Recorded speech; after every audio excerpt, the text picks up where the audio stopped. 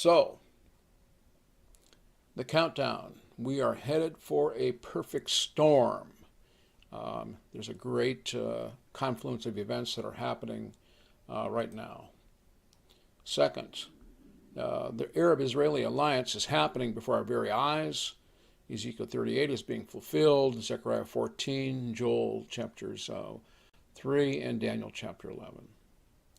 Then we're going to talk about the Russian and the Syrian, Turkey, Iran alliance. That includes Hezbollah, Hamas, and other countries.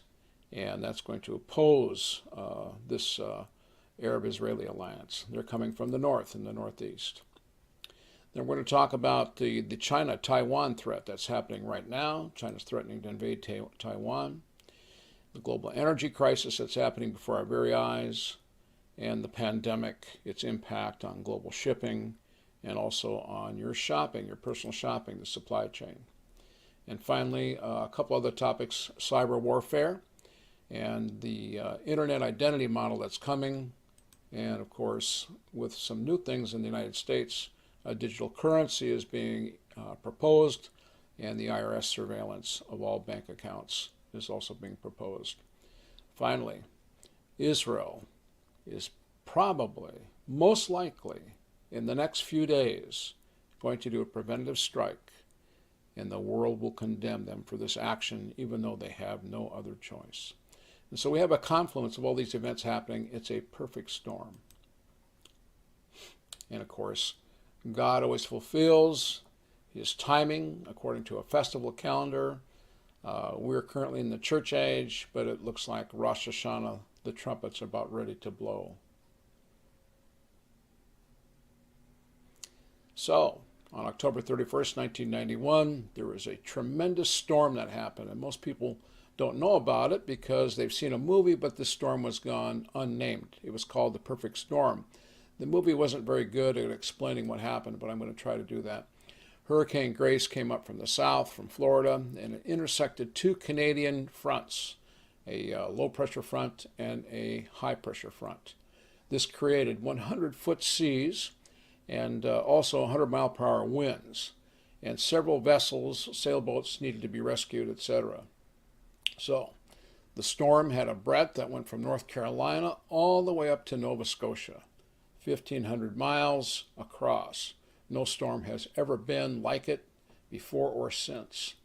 And so the storm was in a kind of an unnamed event. And the Weather Service never gave it a name, but they could just as well have done it.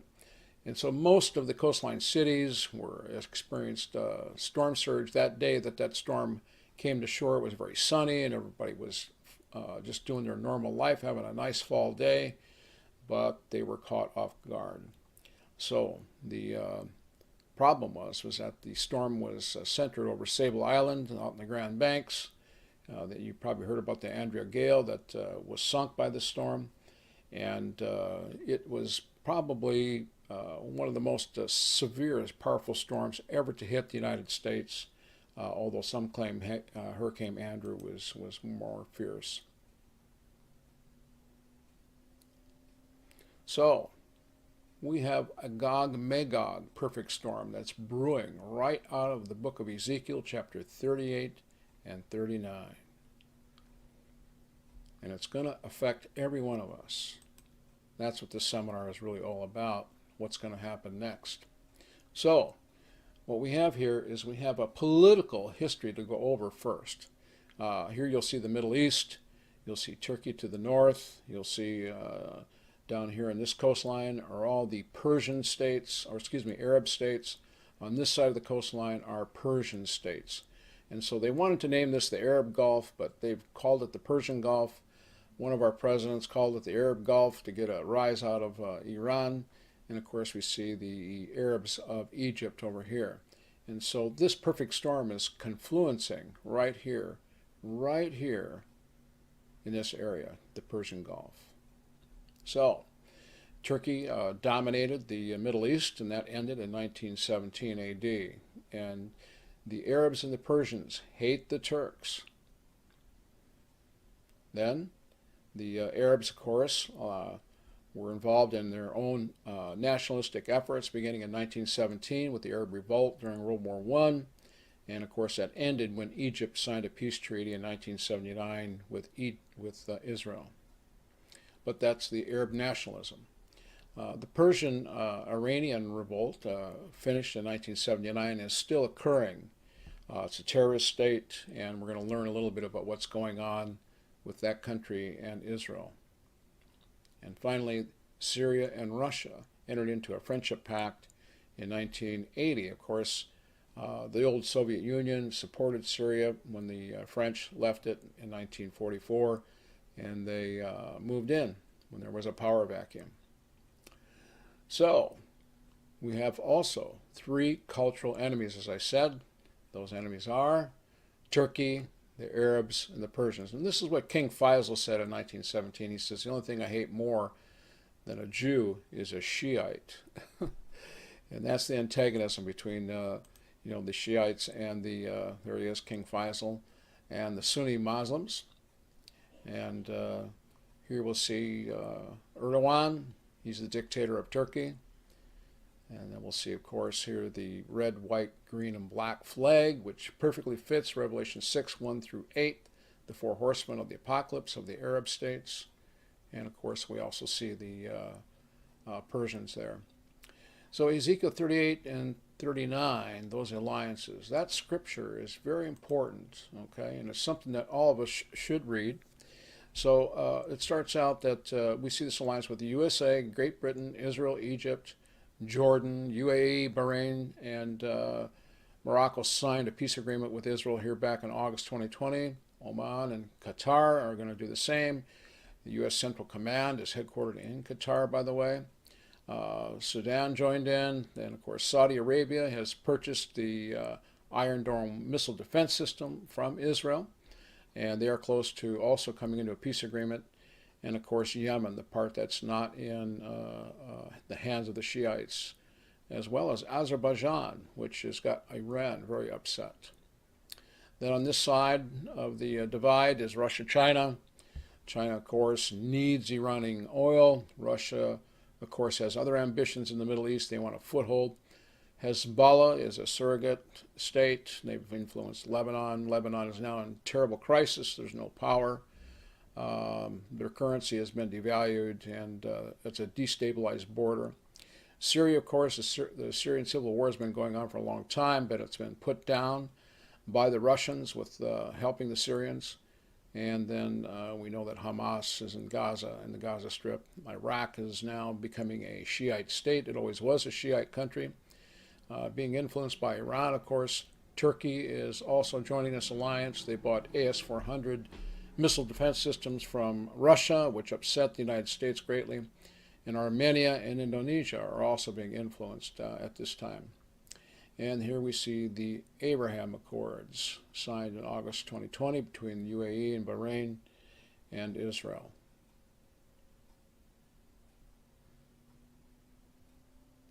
So this Gog-Magog caliphate, what is that all about? Caliphate is somebody who, or someone, or some entity that leads a Muslim horde that has control.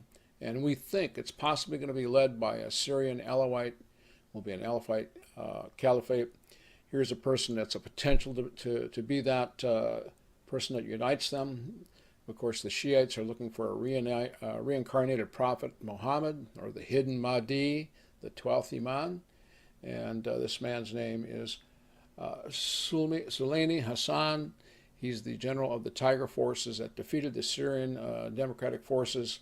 He's an Alawite, and which is a mixture of Orthodox Christianity and Shia Islam.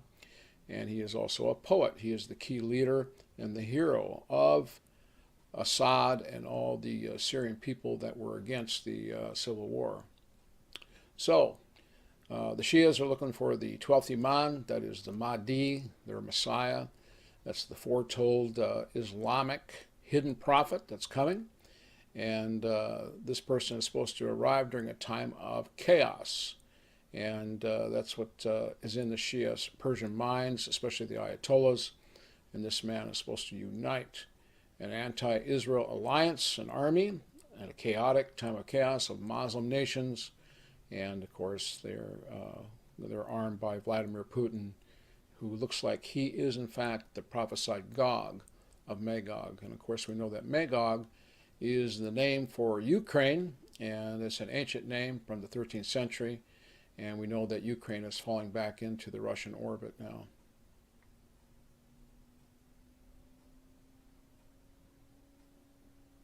So, moving on.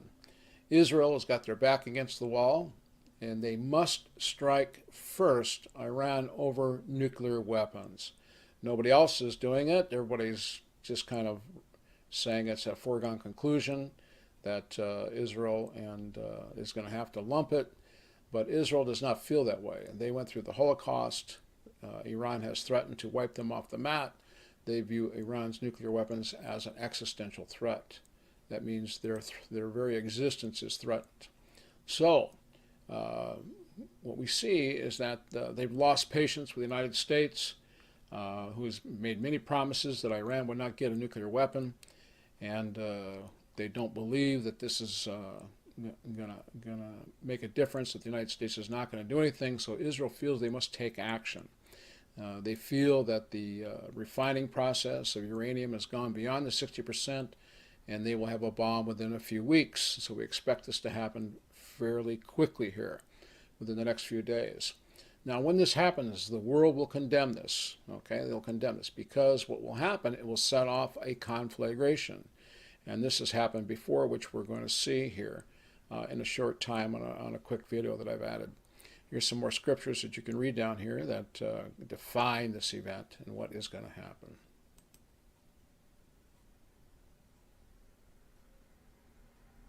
So we're talking about a conflagration, and this is why we're having this seminar, because this is imminent. So what is the conflagration? Naftali Bennett's going to describe what he has to do. You're going to meet him. If you haven't met this guy yet, Ibrahim Raisi, he is the new president of the Islamic Republic of Iran. He is a dyed-in-the-wool murderer. He's called the Butcher of Tehran. Now, Israel themselves holds 80 nuclear weapons. If Israel feels that their existence will be threatened, annihilated, they have what they call the Samson option, which is an option to launch their nuclear weapons from submarines that they own. And of course, they're not going to use nuclear weapons because they know what that will cause worldwide. So they're going to focus, I believe, on this island, Karg Island. It's a non-nuclear option that they can do, and they want to do that because it will drain Iran's wallet. 90% of all Iranian oil ships out of there, and they want to get this done before China and Iran sign that $400 billion economic agreement, which also includes a military deal. And that is what they are concerned about. That's why they must get it done here quickly. The Assembly will hear an address by His Excellency Naftali Bennett, Prime Minister, Minister for Community Affairs and Minister for National Digital Affairs of the State of Israel. May I request protocol to escort His Excellency.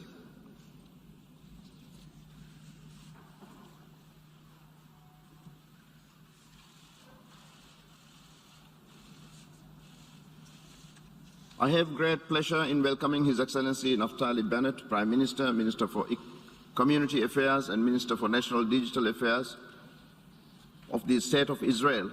I invite him to address the General Assembly. Thank you, Mr. President. Distinguished delegates, Israel is a lighthouse in a stormy sea, a beacon of democracy, diverse by design, innovative by nature, and eager to contribute to the world despite being in the toughest neighborhood on earth. We are an ancient nation, returned to our ancient homeland, revived our ancient language, restored our ancient sovereignty. Israel is a miracle of Jewish revival.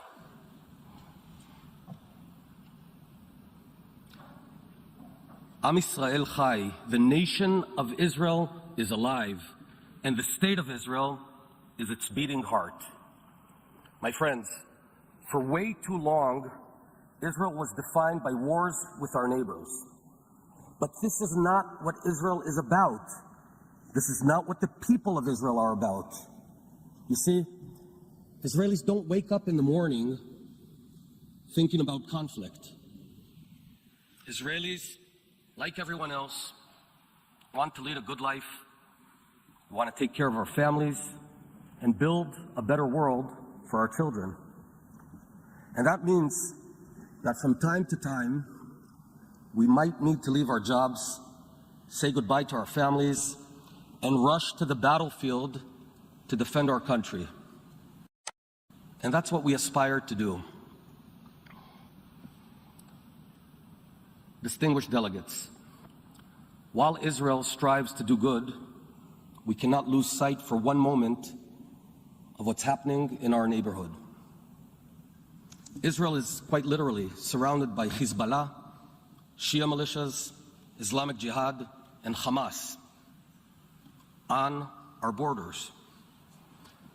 These terror groups seek to dominate the Middle East and spread radical Islam across the world. What do they all have in common?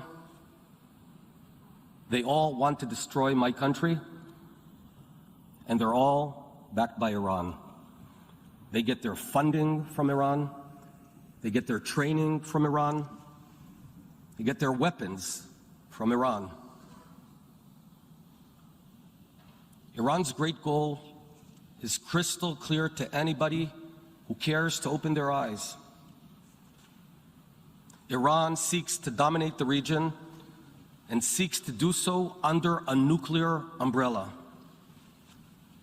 For the past 3 decades, Iran spread its carnage and destruction around the Middle East, country after country: Lebanon, Iraq, Syria, Yemen, Gaza.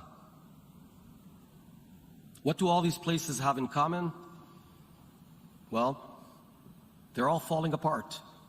Their citizens hungry and suffering. Their economies collapsing. Like the Midas touch, Iran's regime has the mullah touch. Every place Iran touches fails. And if you think Iranian terror is confined to Israel, you're wrong. Let me tell you some news. Just this year, Iran made operational a new deadly terror unit, a startup, swarms of killer UAVs armed with lethal weapons that can attack any place at any time. They plan to blanket the skies of the Middle East with this lethal force. Iran has already used these deadly UAVs, called Shahid 136, to attack Saudi Arabia, American targets in Iraq, civilian ships at sea, most recently killing a Brit and a Romanian. Iran plans to arm its proxies in Yemen, Iraq, Syria, and Lebanon with hundreds, and later on thousands, of these deadly UAVs. So you can ignore it, but experience tells us that what starts in the Middle East doesn't stop there.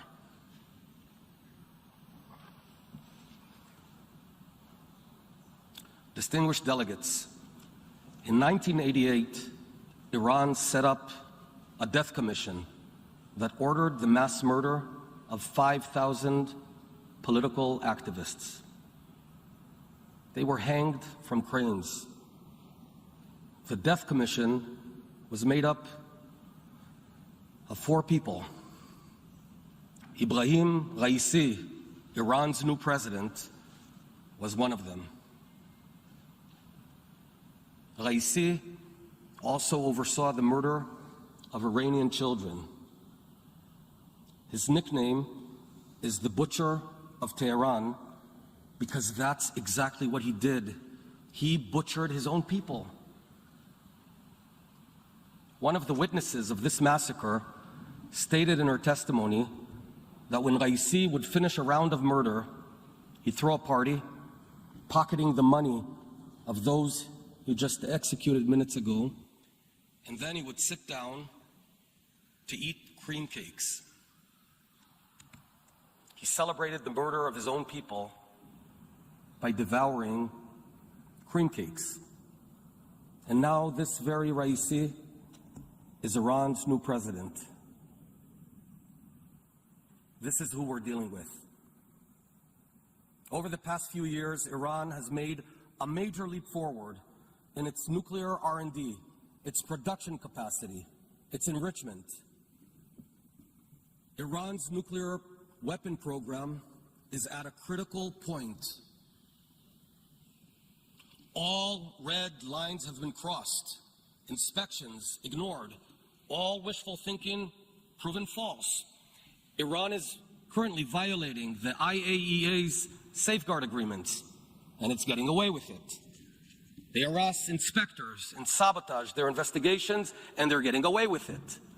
They enrich uranium to the level of 60%, which is only one step short of weapons-grade material, and they're getting away with it.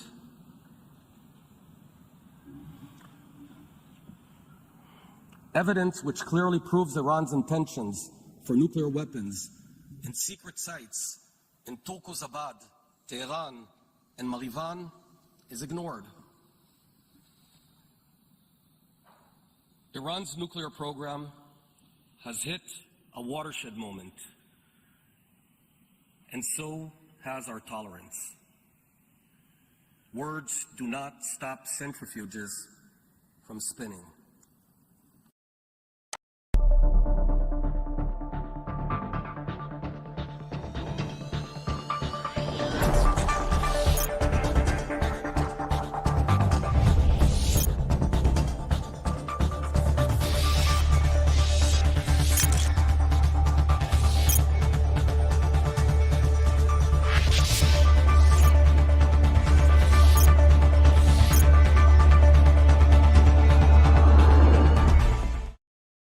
To the distinguished representative of the Islamic Republic of Iran to introduce an address by the head of state.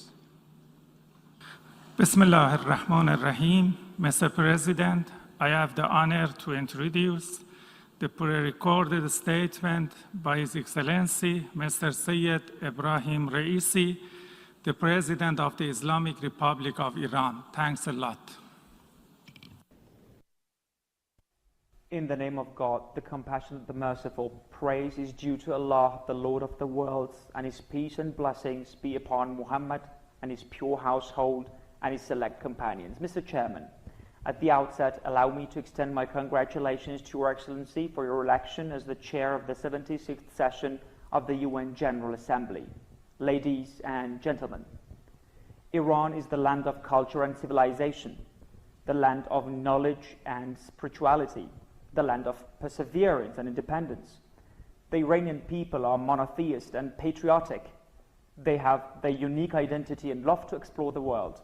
For hundreds of years, our nation have safeguarded their right to self-determination and freedom against the hegemonists and have made their country the most progressive in the election-based political system in the West of Asia. The Islamic Revolution was indeed a great leap for the fulfillment of national and Islamic ideals of Iranians, including freedom, independence, and religious democracy.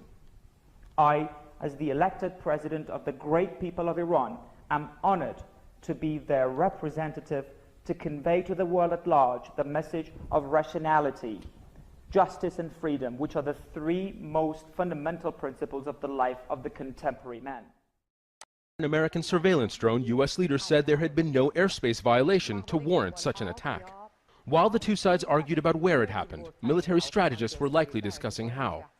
The Global Hawk is jet-propelled, expensive, and one of the most sophisticated drones to take to the skies. Iran's military commanders said it was flying higher than a commercial airliner when it was brought down by a surface-to-air missile made in Iran. Iranian leaders said it was a significant display of military know-how. From a military point of view, the detection of a drone is not easy. The radar, the missiles it was hit with were all Iranian-made. Those who are military experts, they know how significant this is. Iran's arsenal is a patchwork of bought and borrowed technology upgraded over the years. Before 1979, the United States helped Iran develop its air defense system. After the Islamic Revolution, Iran purchased missile systems from countries including Russia and China, and worked with North Korea and Syria to develop targeting technology and boost its domestic military production. When George W. Bush was U.S. president, drone technology remained secret. Days after the shooting down, fishermen were still pulling wreckage out of Iranian waters. And state media highlighted other U.S. drones that Iran claims it either shot down or hacked into, landed, and copied. Reverse-engineered Iranian drones are almost identical to American ones. Iran's military has taught itself how to build them, and perhaps more importantly, how to break them. And it says if it has to, it can do it again. I think the Iranians have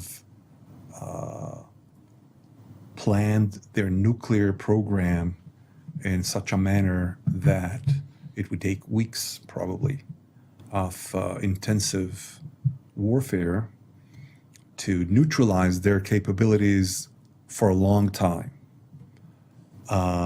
It would take air superiority, and would take bombing of well-dug sites that are spread all over Iran to make the blow such that it was irrecoverable.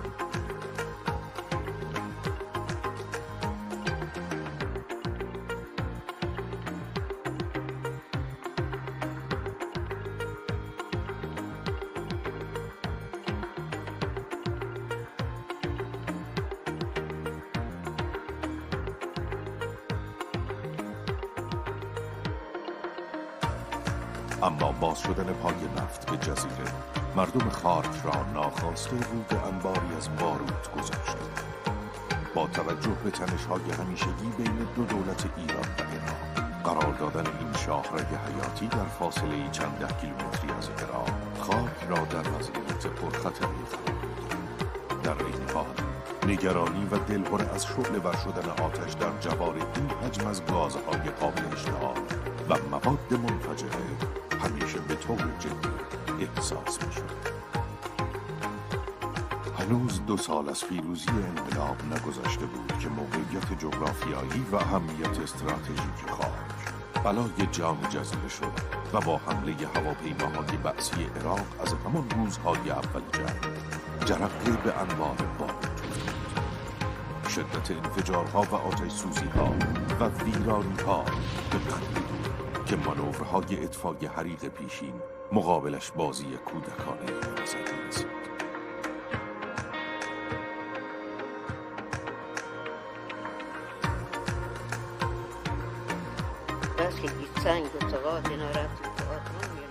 جمله فروزان ابوذر و درود. میدان درود با 79 حلقه چاه به عنوان یکی از قدیمی‌ترین میادین نقلی با وسعتی بیش از جزیره خارک در زیر این جزیره و آب‌های اطراف آن قرار دارد. این میدان مربوط به 1340 هستش. Iran we have over to the right hand side here. Kark Island itself, the area we're going to be attacking, is all the way down here. Let's zoom in, the map will catch up in a moment. Let's get all the targets on board. So we have a jetty down here in the south, as well as the overall kind of holder of all these individual targets, and then we have a hell of a lot of oil tanks all the way dotted around here, which obviously stores all of the oil made at the refinery. And then this here is the oil refinery itself, so we're planning to hit all of those targets. Let's zoom back out, and the map will catch up in a moment. So Iran, they can operate out of Omidiyat, Air Base, Shiraz Air Base, and Bashir Air Base. Is this the Persian Gulf? Downhill. Oh. Right. So we have got all aircraft shown at the moment. We're currently flying almost just over Al Basra.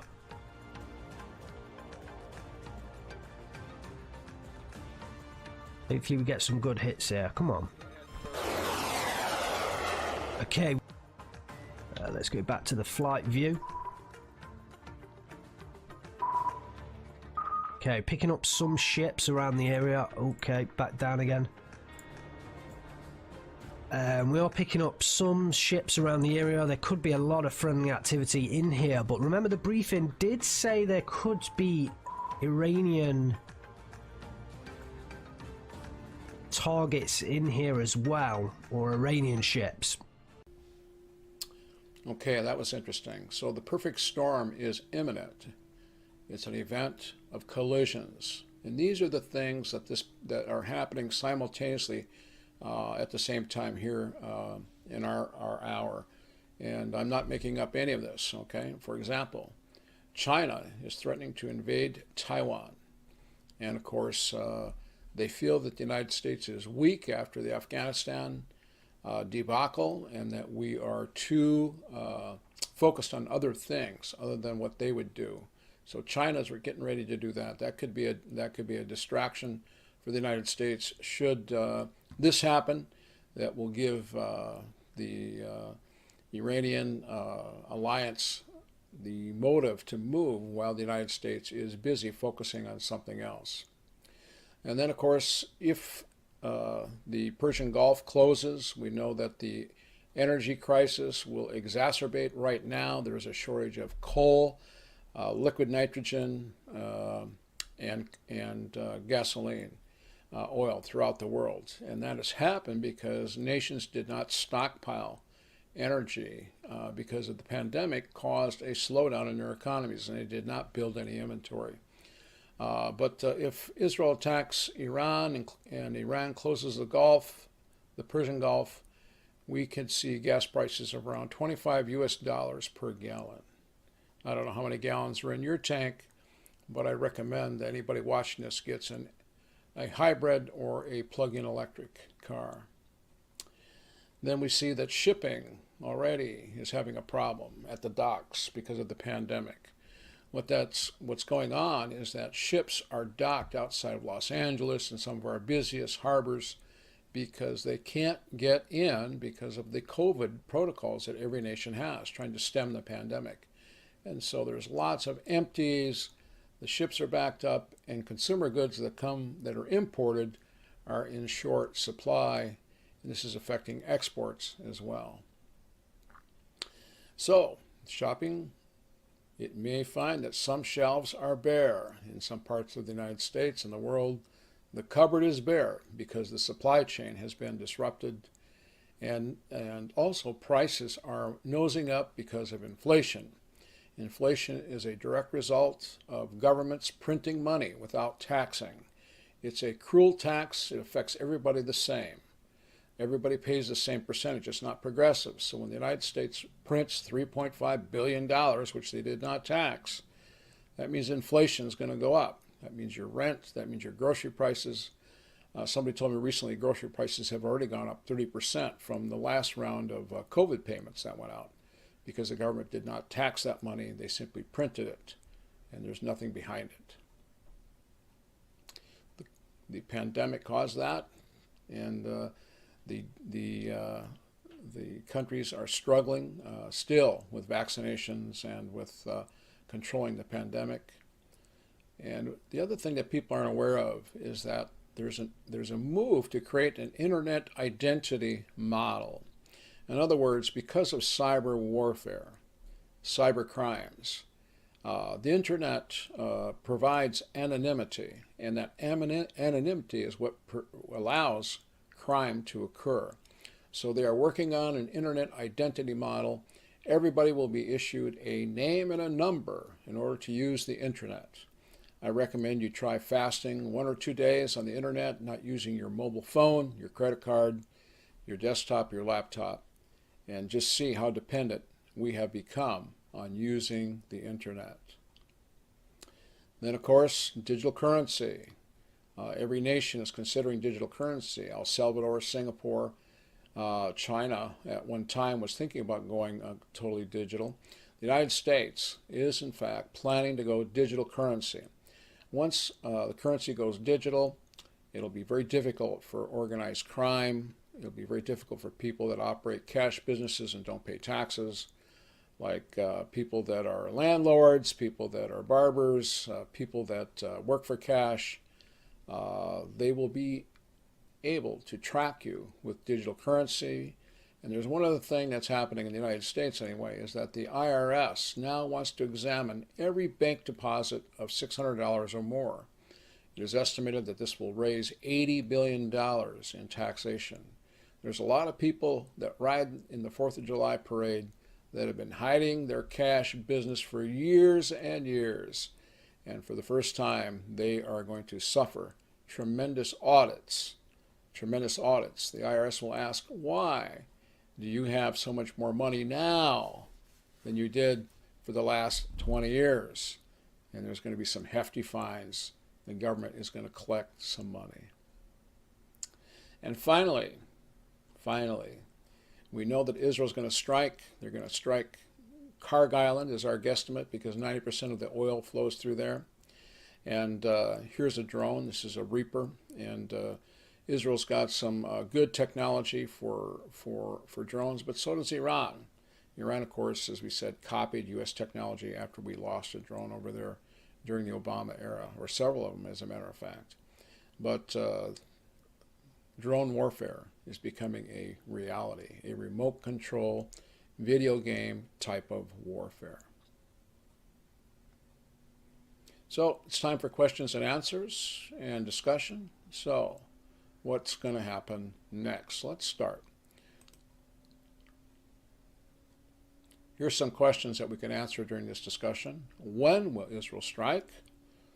I'm thinking just in a few days, but I'd like to hear your opinion, if they will at all.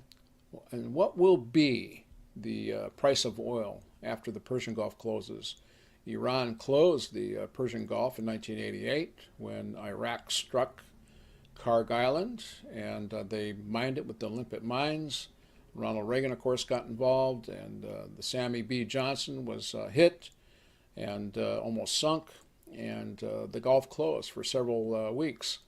And it took minesweepers a long time to clean up all those mines. But once that Gulf closes, 25% of the world's oil transfers through that Gulf, and the price of oil will shoot up. The United States in the past few years has been a net exporter of oil. Recently, we have begun importing Saudi Arabian oil again. The only country that has any spare capacity that can do anything to increase oil output by about 5% is Saudi Arabia. And what will the world do once the Gulf closes, especially countries like India and China, which are totally dependent upon that oil, Japan as well. And so why does the United States seem to be absent from the Bible? I'd like to hear your comments on that. It's pretty hard to find the United States in the Bible. Everybody has their idea. I've got my own. And so our next steps in the next two sessions is this here, is that will Christians have to go through the Great Tribulation? And of course, to get that book, 3.5 Years, answers that question. And the seminar is going to answer this question: is this the time of the Antichrist? And if so, what's his identity, his profile? We need to know that. And then finally, we're going to answer this question: how should Christians prepare for the coming conflagration? And how does the Lord provide a way of escape for all of us? Are you ready? Hope to see you again right here at lastchanceark.com. And thank you for joining us. We appreciate it. Here's our introduction. There I am. My name is Dwight Davis. And I'm an author, I'm a pastor, and I'm a conference speaker. I'm a writer, and my pen name when I write fiction is Leland Williams, Jr. And I reside in Sheboygan, Wisconsin since September 2013. And I attend a church called the Summit Church. You can get to that church at thesummitchurch.life. That next step is attend this seminar tonight. You will receive a free copy of the book 3.5 Years, which answers the question, will the church go through the Great Tribulation? If you would like to get this book, you can order it online from our church website. The price is $10.